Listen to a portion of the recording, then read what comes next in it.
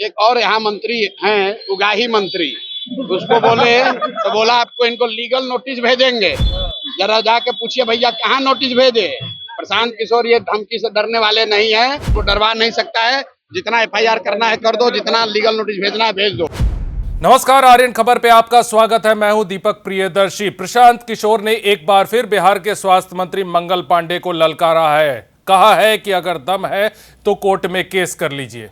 साथ ही साथ प्रशांत किशोर ने बिहार के एक और मंत्री को ललकारा है और उन्हें उगाही मंत्री का नाम दिया है। प्रशांत किशोर ने कहा है कि अगर उस मंत्री ने हमें यह धमकी दी है कि वो लीगल नोटिस भेजेंगे, तो अभी तक लीगल नोटिस कहां है, क्यों नहीं भेजते हैं। डराने की कोशिश कोई ना करे, प्रशांत किशोर नहीं डरेंगे। आखिर क्यों प्रशांत किशोर बिहार सरकार के मंत्रियों पर इतने हमलावर हैं, क्यों वो बार बार तमाम मंत्रियों को और तमाम नेताओं को वो ललकार रहे हैं।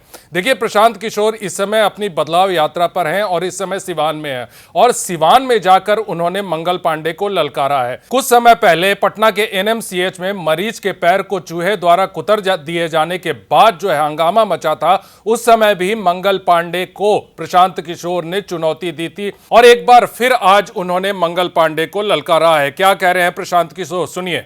मंगल पांडे पे आपने आरोप लगाया था कि आप उनको नहीं जानते हैं। इसके ऊपर क्या भाई, कोविड हुआ था तो बिहार का स्वास्थ्य मंत्री कौन था? कोविड में पूरे देश में सबसे कम कोविड का टेस्ट कहाँ हुआ? पूरे देश में कोविड के दौरान सबसे ज्यादा दिक्कत किसको हुआ?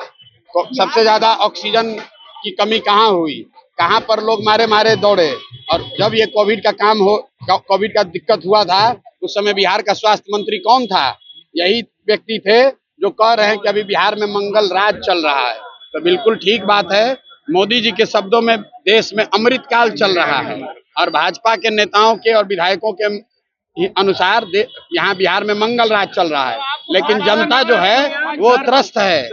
मंगल राज नेताओं के लिए मंगल है और पूरी जनता के लिए लोग अमंगल का काल चल रहा है।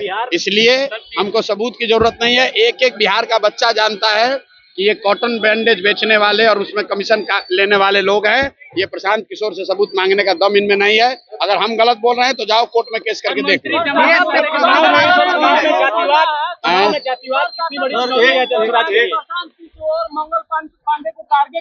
छोड़िए ना यार।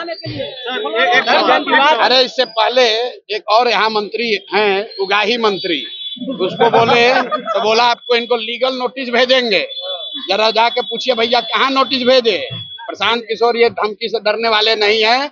इसी बिहार में 3 बरस से पैदल चल रहे हैं। यहाँ पर जो मुखिया होता है, जीत जाता है तो 4 को सिपाही लेके चलता है। प्रशांत किशोर 3 बरस से गांव गांव चल रहे हैं और एक हवलदार सिपाही लेकर नहीं चलते हैं। किसी से डरते नहीं है। ये भ्रष्ट लोग हैं, ये चोर बदमाश लोग जो जनता को लूटा है, वो प्रशांत किशोर को डरवा नहीं सकता है। जितना एफआईआर करना है कर दो, जितना लीगल नोटिस भेजना है भेज दो। तो ये बिहार की एक एक जनता जानती है कि ये लोग भ्रष्ट हैं, जनता को लूट रहे हैं। बिहार के एक आदमी से पूछ लीजिए, कोई ऐसा सरकारी काम नहीं है जिसमें बिना घूस लिए हुए, बिना पैसा दिए हुए काम हो सकता है।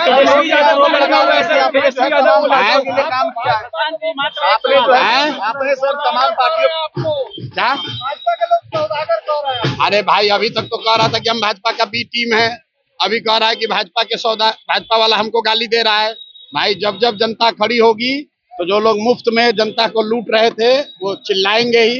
अब चुनाव सामने है, 5 महीना के बाद सत्ता हाथ से चली जाएगी। आपको कैमरे पर कह रहा हूँ, लिख लीजिए।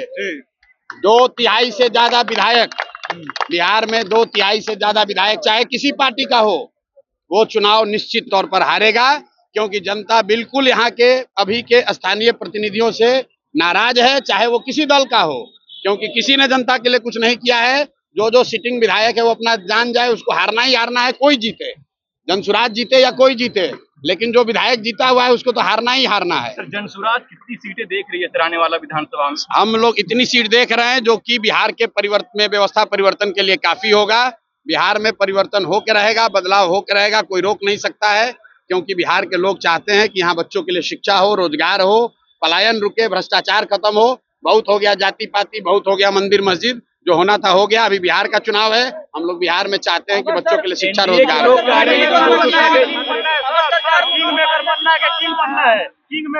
किंग मेकर ही बनना है, बिहार की जनता को इस बार राजा बनाना है।